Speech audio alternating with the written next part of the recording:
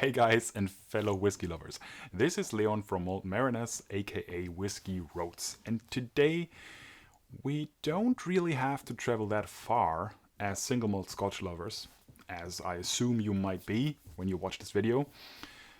For our today's whiskey review or distillery review, our conversation about a certain country, we don't have to travel that far from Scotland, just across the border to England.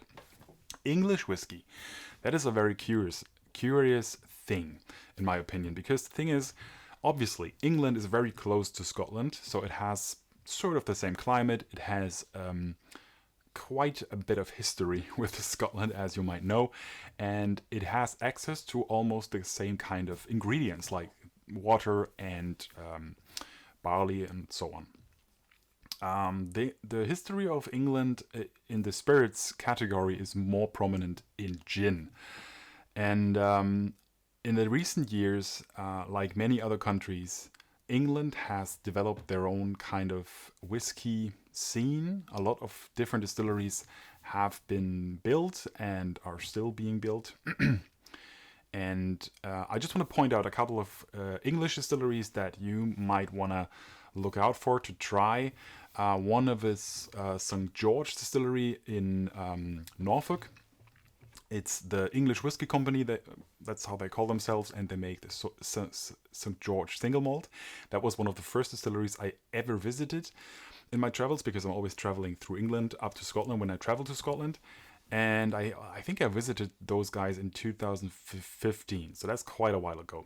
Another really interesting distillery is Cotswolds, in the Cotswolds, and there is Bimber in London, really interesting and very good single malt as well. And today we're going to talk about Filey Bay in Yorkshire. Filey Bay is I had the pleasure to have a conversation with David Thompson, I think it's distillery manager, the founder of the distillery, and he was in Bremen on the bottle market, and I had the chance to talk to him and tell him that I'm really a big fan of his whiskey, because I think this is one of the most interesting single malt whiskies right now outside of Scotland, and basically right outside of Scotland, like territory wise, geographically. Like, there's a lot of different countries in the world that make single malt whiskey nowadays, and England is very interesting because it's so close to Scotland. But they have different rules. In Scotland, if you want to make a single malt, it has to be produced from a mash of malted barley. It has to be aged in oak casks for at least 3 years, and it has to be distilled on a copper pot still. In England, you don't have to use necessarily a copper pot still. You can, but you don't have to. And here, Filey Bay makes a little bit of a difference. They have two copper pot stills. They use four-sides pot stills, so from the very famous and well-known coppersmiths in Scotland. But they have a column as well. So they use some sort of hybrid distillation. In Scotland, this type of whiskey would probably not classify as a single malt because, like I said, it's not necessarily always distilled only in the pot stills. They make different styles of new make, but I think in most of their single malts you will find this very light type of spirit or of flavor. In my top 10 world whiskey review, or in my top 10 world whiskey recommendations, I already mentioned Filey Bay, and I recommended to you guys the IPA finish. That was one of the bottles we tried on the bottle market. I've tried the flagship, I've tried a sherry cask finish, and today I want to dive into the Filey Bay Port cask finish. And I'm going to pour this, let it breathe for a minute so I can have a wee sniff, and then I will tell you guys what I taste and what I think about this whiskey. Like I said before, I found this whiskey to be very approachable, very easy to drink, much lighter than Scotch whiskey, probably due to the distillation process, but not as light as a grain whiskey, not as light as an Irish whiskey, something in between a Scotch and an Irish maybe. Maybe you can compare it to a triple distilled whiskey. I'm not 100% sure. I will see if this will give us more hints or more ideas what I could compare this to if you haven't tried it yet. They are like a farm distillery, so they use like a field to bottle approach. So they source their own barley, and they have complete control over the whole process. What I really like about the bottles, I think they're quite pretty, to be honest. They have a gunnet on it as their signature, as a mascot, basically. I like the little waves on the bottom of the bottle, and what I really like is it's a very clear and not a very pretentious type of look. It's a very clean cut and a really clean design, which I really like. Really speaks to me. And it says non-colored and natural color and unchill filtered, which also is very nice, obviously. So this whiskey is 46%, and it is finished in a port cask. While I will give this a little sniff, I will just check on a picture of the bottle and see if they give us any clues. I think it's part of their finishing series. Filey Bay has a finishing series. If you go on their website, oh, this is really, I really like this. So this is a very light whiskey. It is finished in ex-ruby port cask. So ruby port wine is a bit younger than tawny port. Tawny port is the matured, the longer matured port wine. It tends to lose its color and become a bit nuttier. And ruby port is much darker and much sweeter. So maybe a bit compared to Pedro Jimenez sort of sherry. Obviously these two are different. I'm not going to want to go too deep into that right now, but ruby port is a very sweet and a very fruity kind of port wine. You can smell it in here. I really like the fact that this whiskey is very light, very smooth, very fruity, very approachable. So I think this is a perfect summer whiskey. I'm taking a sip before I really start producing too much happy juice. That sounds very wrong. I'm just gonna take a sip and try this now and tell you something about it.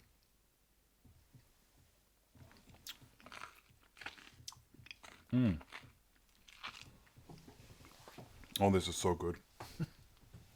Oh boy. Sweet berries, honey. It's very sweet, very approachable, but still, with 46%, it's not a super smooth whiskey. It's quite intense. It's really funny because it's strong, intense, but light as well. I can't really put my finger on how to describe this to you. The 46% gives it quite a bit of punch.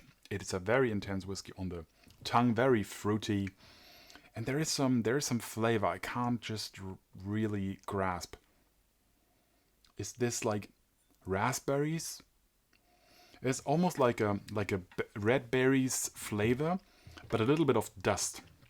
Almost like I don't know, like a combination of maybe like a dessert with raspberries and with like dried chocolate, like cocoa, not coconut, cacao. Not sure if that's if I can say that in English, like dried chocolate powder. Yeah, there's some dryness in here. This is really interesting.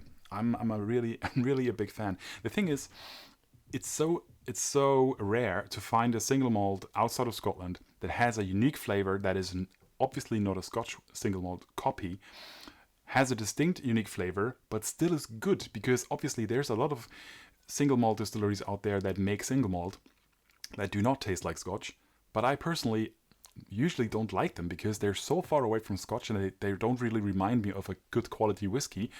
But this is something that is really nice, really approachable, but it's still very different. So I would actually put this in the same category as Kavalan in Taiwan, for example, which is a very big and well-renowned distillery. Funnily enough, the whiskey expert Jim Swan, who unfortunately died, I think in 2017, he still worked with Filey Bay, and he also worked with Kavalan. So maybe his experience is sort of, he actually worked with a lot of other distilleries, and in one of the next videos we were going to talk about Jim Swan a little bit more. Basically, Google Jim Swan, and you can look look up all the distilleries he worked with, and basically you can blindly go to any of these distilleries. They make good whiskey, so no surprise here. Cotswolds, the other English distillery in England, he also worked with them, for example. So this is very, very sweet, but it's not just sweet. There's some sort of like baked notes in here, like in a bakery, like in a patisserie, like they make cakes. That kind of flavor.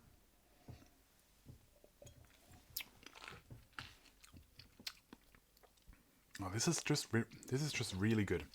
Either way, they have a really good spirit, or they have a very good cask selection, or they have basically both. I'm not really sure what part of the production here is really the reason for me enjoying this whiskey so much. But in the end of the day, do we really have to know? I'm a nerd. I always want to know. But I can honestly just say this is very good. Price-wise, I did a little research, and I was quite happily surprised that you guys can find this whiskey as long as you're in the UK. Surprisingly, you can get this whiskey, the port cask finish, for about £55. This was, I think, Master of Malt, and I have the Whiskey Exchange also open here. They don't have the port cask right now, but you can get this roughly for about $60, the other finishes. If you're in America, I found this whiskey at about $70, and I think this also is a really good price point. I didn't find the port cask, but I found the STR wine cask finish and the peated finish and the flagship single malt for roughly $60, $60. And I think this is really good that it's so far spread. I'm usually I have to check out Australia and New Zealand for you guys, just in case anybody of you watches, or India. I know that some of you guys are watching this from India. Greetings on that page. So flagship, yeah. I mean, this is I really like this. I really enjoyed this. I could go on and on about this whiskey. It's not a sponsored video. I talked to David, I think David was his name. I really hope I don't get mixed up. I bought the whiskey, I bought the sample, so it's not a sponsored video. I don't have to label it as marketing or as advertising. But as you can see, as you can hear, I'm a big fan, and I'm quite impressed of this English single malt. That is not really your classic Scotch copy. It's something else. It's a bit different, but it's not so far away from Scotch that you would get completely distracted. It doesn't taste like rum or like mezcal or anything like that, because some whiskeys can be so weird that you don't really recognize them as single malt whiskey anymore. I think this is the perfect example of a world whiskey that is not Scotch, that is a single malt, that is very nice, very approachable, very drinkable, quite natural, no added color, no chill filtration, and at a still affordable price. I wouldn't say it's cheap, but I think for that kind of craftsmanship, I think you would expect that whiskey should not be much cheaper than the price tag that it has right now.